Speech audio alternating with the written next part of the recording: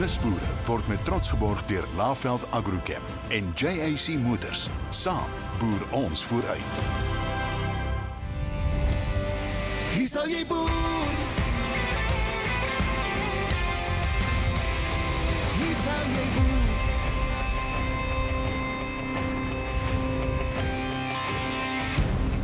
Miniatuurperdjies, kokerbome en avokadobere. Dis in ons program vandag.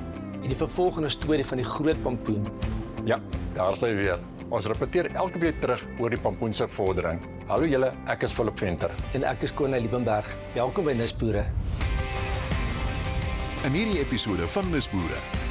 nisBOERE kuier by Henry de Wet van Pretoria. Sy het miniatuurperdjies haar besigheid gemaak. Vandaar reis ons na Keimoes in die Noord-Kaap, waar ons by 'n kokerboomkweker van formaat meer oor hierdie gesogte plantspesie leer. Plus, ons lê besoek af in KwaZulu-Natal by 'n suksesvolle avokadopeerboer. Hier is Corne en Philip. Hallo julle en baie welkom. Ons hoop julle kuier lekker saam met ons. Ons skop die program met iets heeltemal anders af. Miniatuurperdjies. Dis seker vir mense soos ek, Corne, wat nie groot perde in die agterplaas kan aanhou nie. Ja, hulle is darm nie veel groter as wagter en hulle blaf ook nie so baie nie. Kom ons hoor hoe dit werk. Ons kuier by die jong entrepreneur Henry de Wet van Pretoria. Sy het miniatuurperdjies haar besigheid gemaak.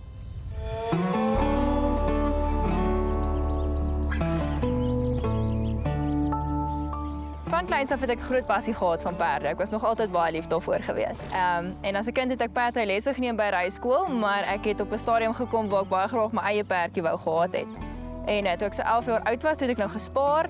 Ek het bymekaar gekom en ek het toevallig net so op Junkmail rondgekyk wat ek kan kry daarso en toe kom ek af op 'n swart en wit bont miniatuurperdjie. En ek het toe dadelik my hart verloor. Ek het vir my pa gesê nee, ons moet gaan kyk. Ons gaan kyk toe na die perdjie. En toe ons al kom, dis dit eintlik 'n so klein verwaarloosde perdjie gewees, so bang mens kon nie by hom kom nie. En dis ek eintlik met 'n seer hart daar weg en my pa sê vir my nee, dalk moet ons verder kyk, dalk soek vir iets beter. En ek het net heeltemal my hart verloor. So ons het toe 'n week daarna teruggegaan, daai perdjie gaan koop en dis waar my journey met die miniatuurperdjies begin het. Ek het hom geleer, ek het hom mak gemaak, ek het baie vinnig agtergekom hy het 'n groot talent vir spring en toe wou ek met die klein dingetjie gaan skou het. Soos ek begin meer navorsing doen het oor die miniatuurperdras, het ek afgekom op Paul Kuzyn, wat tot vandag toe nog my mentor is. Hy het my absoluut onder sy vlerk geneem, my geleer van die perde, my gehelp om my basies stoetmedies op te bou. Jy weet, as 'n skoolstudent het ek nie die kapitaal gehad om teelperde aan te koop aan die begin nie, maar ek het ander perde vir ander teelers geskou, geleer, opgelei en as in basies in ruil daarvoor vir betaling het ek dan 'n stoetmedie gekry. So dis maar hoe ek my basies medies opgebou het en vandag is ons waar ons is.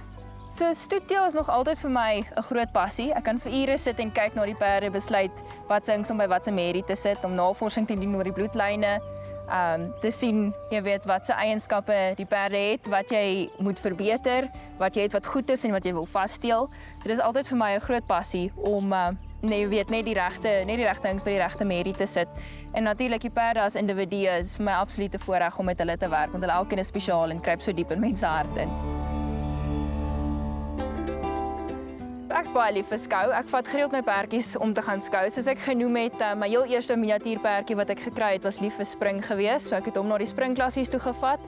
En hy het daarin deelgeneem, baie goed gedoen waar ek net so roset gewen het op 'n slag. En soos wat ek my stoet opgebou het ek begin deelneem aan die teelklasse waar die perde beoordeel word op hulle konformasie. So dis waar jy net 'n patroon stap en draf en jou judge kyk net na jou perd se beweging, na sy konformasie, daai tipe van ding. So ek het altyd perde geskou wat nie my eie prefix het nie. En dit was altyd vir my ook lekker geweest, maar daar's 'n spesiale iets daaraan as een van jou eie perde iets kan wen. So ek het baie geseënd, ek het al 'n paar goeie trofees gewen, byvoorbeeld hierdie ouetjie wat hier langs ons staan, sy naam is Eli. Hy was laas jaar die kampioeningsvol van die jaar geweest, wat beteken hy het die meeste punte deur uit die jaar verwerf vir sy ouderdomgroep. So ek is verskriklik trots daarop. Is altyd lekker om 'n happy hoose perd te hê wat die pryse wen. En terug in 2019 het ek my eerste merrie wat ek geteel het in my stoet, het deelgeneem in die skoue en sy het ook baie goed gevaar van hierdie trofees se hane. Sy het ook die beste merrievol van die jaar gewen in 2019 en hierdie jaar het sy haar eerste vol vir my gegee, so dit is 'n absolute voorreg. So by Happy Hooves het ons hoofding is maar die stoetteelery. So uit die stoet uit verkoop ons nou en dan 'n filletjie, of vir die troeteldiermark of vir ander teelers. Maar ons het ook 'n fotoshoot venue. So wat gebeur is die fotograaf by die kliënte hierdie venue en natuurlik is die miniatuurperdjies beskikbaar as 'n add-on feature. Dit help definitief om 'n glimlag op bietjie se gesig te sit.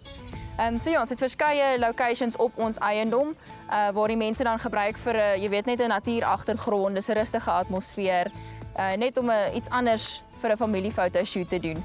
So ja, dit is wat ons ook bied hier by ons. So die lekker ding van 'n miniatuurperdjie is hulle is verskriklik versatile. Hulle werk uitstekend as troeteldiere. So as jy kyk daarna om 'n perdjie aan te skaf as 'n troeteldier, baie belangrik om te onthou, perde is tropdiere, so ongelukkig kan mens hulle nie alleen aanhou nie, so mens moet so 2 of 4 op 'n slag aanhou. Maar hulle is presies soos 'n groot perd. Hulle eet wat 'n groot perd doen, net baie minder. Maar hulle word presies hanteer soos 'n groot perd. Hulle het alles dieselfde nodig. So as jy kennis het van 'n groot perd om oor te skakel na 'n miniatuurperdjie toe, is glad nie 'n groot sprong nie. As mens nou geen perdekennis het nie, sal ek net voorstel mens leer bietjie van hulle dieet, wat hulle mag, wat hulle nie mag nie, maar net bietjie hoe om hulle te hanteer. So ek sal voorstel dat as mens dan kyk om 'n perdjie te koop, net by die koper dalk vra, spandeer bietjie tyd met my, wys my net hoe, maak my net bietjie touwys. Dit sal altyd goed wees as mens nie uit 'n perde agtergrond uitkom nie. So ek is baie opgewonde oor die toekoms van Happy Hooves. Elke jaar sien ons verbetering in ons filletjies en dit is absoluut waarna mens streef as 'n stoetteeler. Jy weet dat jou nageslag beter is as jou voorgeslag. So ek is absoluut opgewonde oor die toekoms wat die ras as miniatuurperd inhou in die land. Ek dink ons bereik ongelooflike hoogtes al klaar en dit gaan net beter elke jaar. En vir myself as 'n stoet dan sien ek ook baie uit. Ek sien net uit om te verbeter op wat ons reeds het, om uit te brei, nuwe bloed in te kry en aan te gaan op die trant waar ons nou is. Dis nou wraggies oulik, Philip, en daai dame is 'n regte volbloed nisboer. Ja, net wys mens net hoeveel soorte nisboere mens kry. Absoluut. Nou ja, julle, ons is binnekort terug. Ons gaan gou winkels doen. Nisboere reis na Keimoes in die Noord-Kaap, waar ons meer leer oor die kweek van kokerbome. Nisboere word met trots geborg deur Laeveld Agrochem en JAC Motors. Nisboere word met trots geborg deur Laeveld Agrochem en JAC Motors. Welkom terug. Nou besoek ons 'n baie besonderse kweker in die Noord-Kaap. Keimoes om meer spesifiek te wees. Dis 'n harde wêreld met sy eie tipe skoonheid en een van die plantspesies wat daar voorkom is gesog, die kokerboom. Ons stel jou voor aan Marina Botha, kokerboomkweker van formaat. Geniet die bydrae.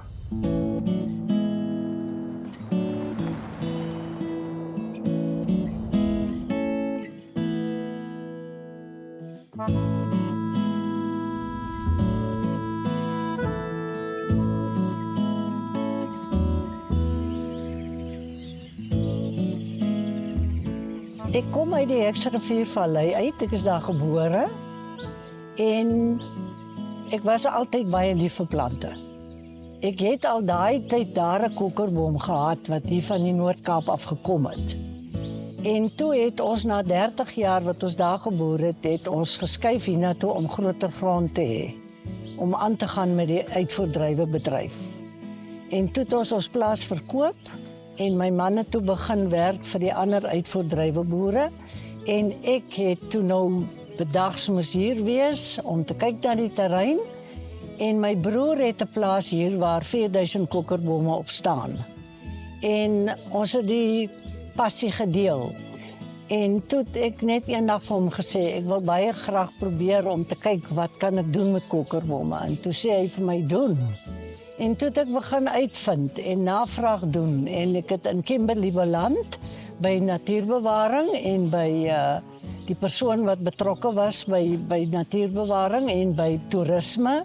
Ek het met haar gepraat en sy wil eers by my weet waar gaan ek die saad vandaan kry.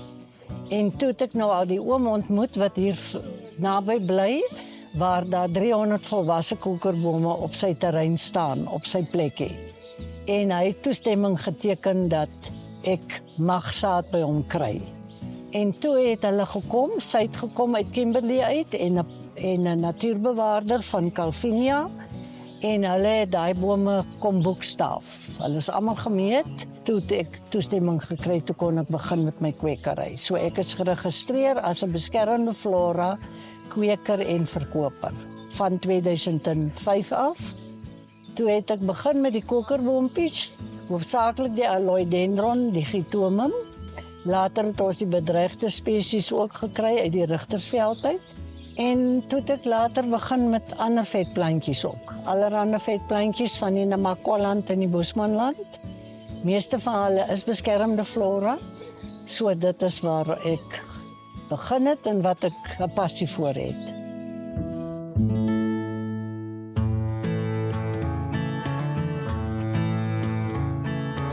Kyk, 'n kokerboom se wortels wil nie in die water staan nie. Hy wil ook nie verskriklik baie reën in sy kroon hê nie.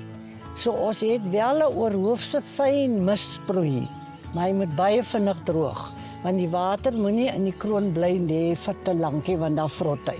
Verder is hy 'n ontsettende dankbare plant en hy groei ongelooflik maklik en hy is met baie min tevrede. Ons het op 'n stadium in 2008 het die mense groter kokerbome gesoek, toe het ek nog nie daai grootte nie. Toe het ons so vir 'n tydperk het ons aangekoop by Van Reinstorp. Dit is mos nou die oudste en die grootste kokerboomkwekery in die land. Dit bestaan baie jare al. Dit het begin met ombuiswiese. Maar op die oomblik is ek die enigste kokerboomkwekery in die Noord-Kaap wat die grootte aanbetref. En ek kry van navraag oor die hele land vir die bome. En ek dink vir die Noord-Kaap is dit 'n geweldige aanwins, want al die padstalle nou in ons omgewing verkoop al my bome. En hulle moet gedurig maar aankoop, want die mense kom net eenvoudig, soos nou hierdie tyd en in die blommetyd, wat hier so baie mense deurry, want almal kom nou van die noorde af en hulle kom ry deur Appington en deur tot in Springbok. En baie kom weer van die Boland af en hulle kom ry hier deur tot in Gauteng. En hulle besoek die padstalle. So ek dink daar's 'n goeie aanvraag. So ek dink mense soek die kokerboom, veral plante liefhebbers, besondere plante, die ouens vra dit definitief. Kyk, vir niks is vir my 'n uitdaging nie. Ek het 'n passie vir die plante, so as ek laat iets my terughou om 'n ding te doen nie. Ek probeer my beste, maar vir my gaan dit daaroor dat 'n mens moet 'n passie hê. Jy moet 'n passie hê en jy moet kan aangaan, en ek verstaan dit is waaroor die uitdaging gaan, dat jy mos nou nie moet opgee nie. So dis nie vir my 'n vreeslike uitdaging. Ek hou mos van uitdagings, maar vir my gaan dit daaroor dat 'n mens moet probeer om te volhard in wat jy doen. Ek sal net wil hê dat ons jong mense dit moet doen. Ek inspireer almal. Ek het gister hier 2 jong mense gehad. Ek het vir hulle saad ook gegee. Ek het met 7 saadbakkies begin. In 'n klein hokkietjie. Is 'n meter by 4 meter hokkie met 7 saadbakkies. En dis waar ek vandag is. Ek was 61 toe ek begin het met die kwekery. So ek sal net aanmoedig, moet net nie moed opgee nie. Hou net aan. En begin met 'n klein paar plekkie, 'n klein paar houertjies, en maak net eers 'n proefneming en doen. Ek wil jong mense so aanmoedig om dit te doen, omdat die kokerboom so spesiaal is. Voel ek net, ons moenie ophou daarmee nie.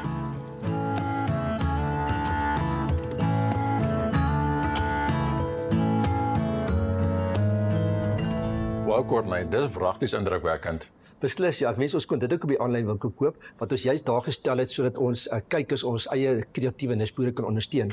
Nou ja, as julle nog nie van ons aanlyn winkel gehoor het nie, die naam is wowbuy.co.za. Ons probeer soveel as moontlik van ons nisboere se produkte daar lys. Nou so van kweek gepraat, Philip, iets wat vinniger as daai kokerboom groei is ons groot pompoen. Ek is baie seker hy gaan reusagtig groot word. Nog 'n wow, Kortney, is daai JEC bakkie waarmee die nisboere span ry. Ja. Hulle is mal oor hom. Ek wag net ons bietjie saam nou op een van hulle reise. Ja, sal dit gou moet gee. Maar daar is jy gaan nie, ons is nou weer terug. Net hierna, ons besoek 'n pragtige avokadopeerplaas in KwaZulu-Natal. nisBOERE word met trots geborg deur Laeveld Agrochem en JAC Motors. nisBOERE word met trots geborg deur Laeveld Agrochem en JAC Motors. Welkom terug. Die voordele wat avokadopeer vir die mense gesondheid inhou, het geen perke nie en al hoe meer verbruikers besef dit. Ja, die vraag is groot en die geleenthede onbeperk. nisBOERE het gaan kuier by Laeveld op hul plaas Avokado in KwaZulu-Natal, waar hulle avokado boerdery van krag tot krag gaan.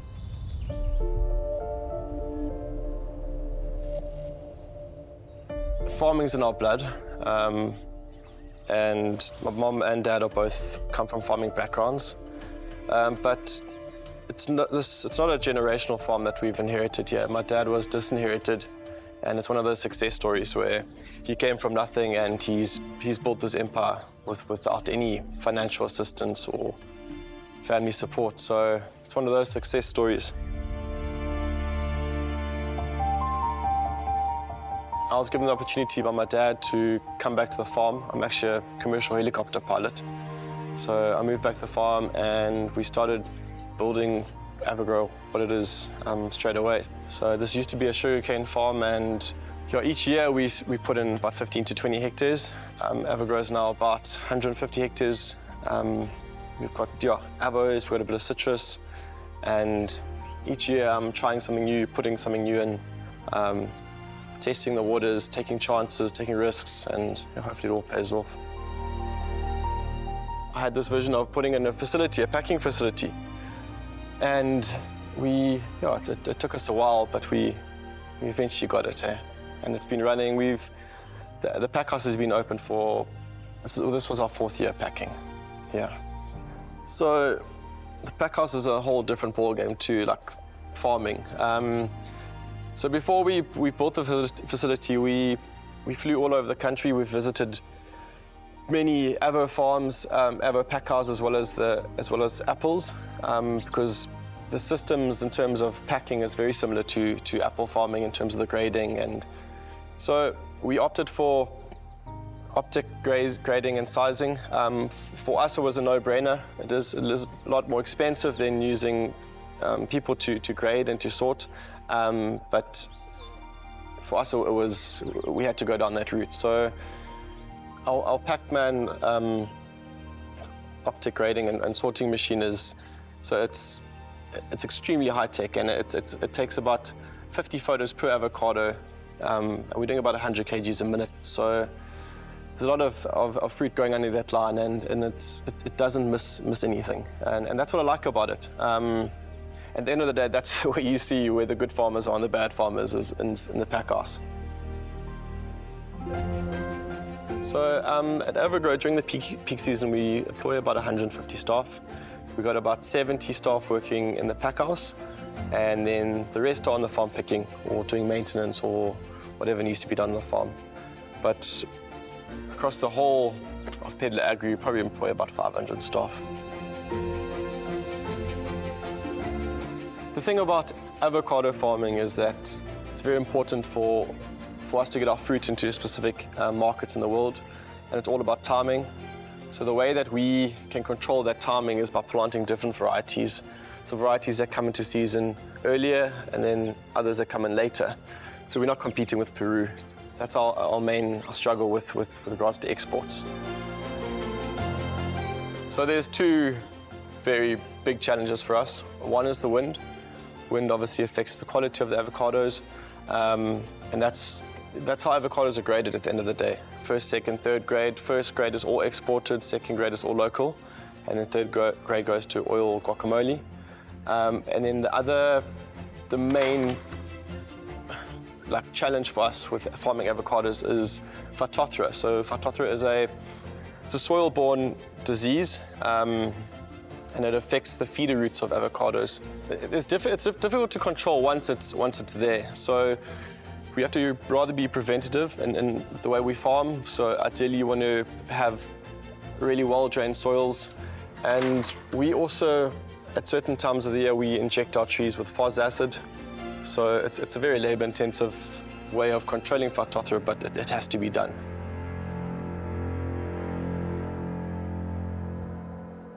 The biggest, most rewarding thing to me is but that's just my personal opinion. Is I love being in the pack house and seeing export quality fruit coming through. Then you know that your hard work throughout the years paid off. That's it really, and I'm not even joking. I get so excited about it.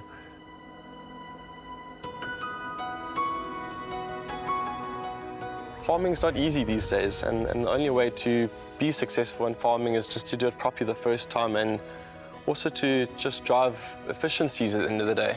And that's the one thing I think I've learned from my dad, is that if you're going to do the job, just do it properly the first time around, because it's the comebacks that actually cost you money. I want to be the leading. I want to be one of the top guys in, I want to say, South Africa. No doubt in KZN, I want to be the go-to place in order to go and see how avocados are grown or avocados are packed. That's just what I want at the end of the day. I'm striving to be like a world leader in avo production and packing. Well, especially coming from a family side of things, I can't compare myself to a massive corporate company. I'm just trying to do my best, yeah.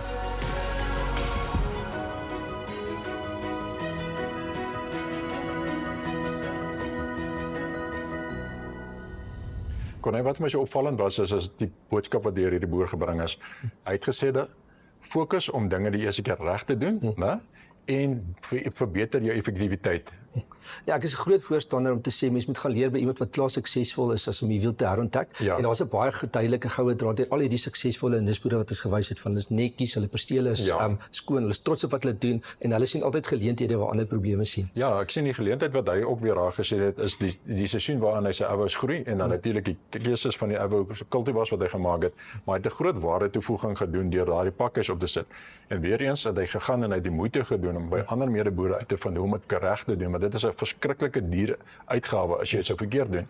En ek dink ook hy sal seker die geleentheid gebruik om vir ander boere wat in die omgewing avos verbou ook dan nou verpak, omrede dit tog waarde toevoeg vir hulle ook. Nee, presies, en ek wil letterlik en figuurlik blik nou die vrugte van hierdie kreatiwiteit en ondernemingsgees van hom. Nou ja, dit bring ons aan die einde van vandag se program. Volgende week is ons terug met nog kookwater nisboere. Groetnis. Tot volgende week.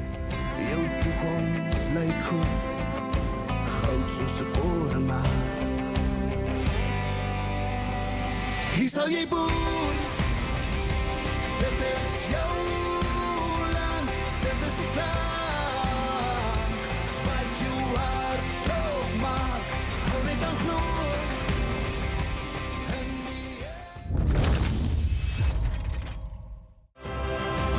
Nisboere word met trots geborg deur Laeveld Agrochem en JAC Motors. SAAM, boer ons vooruit.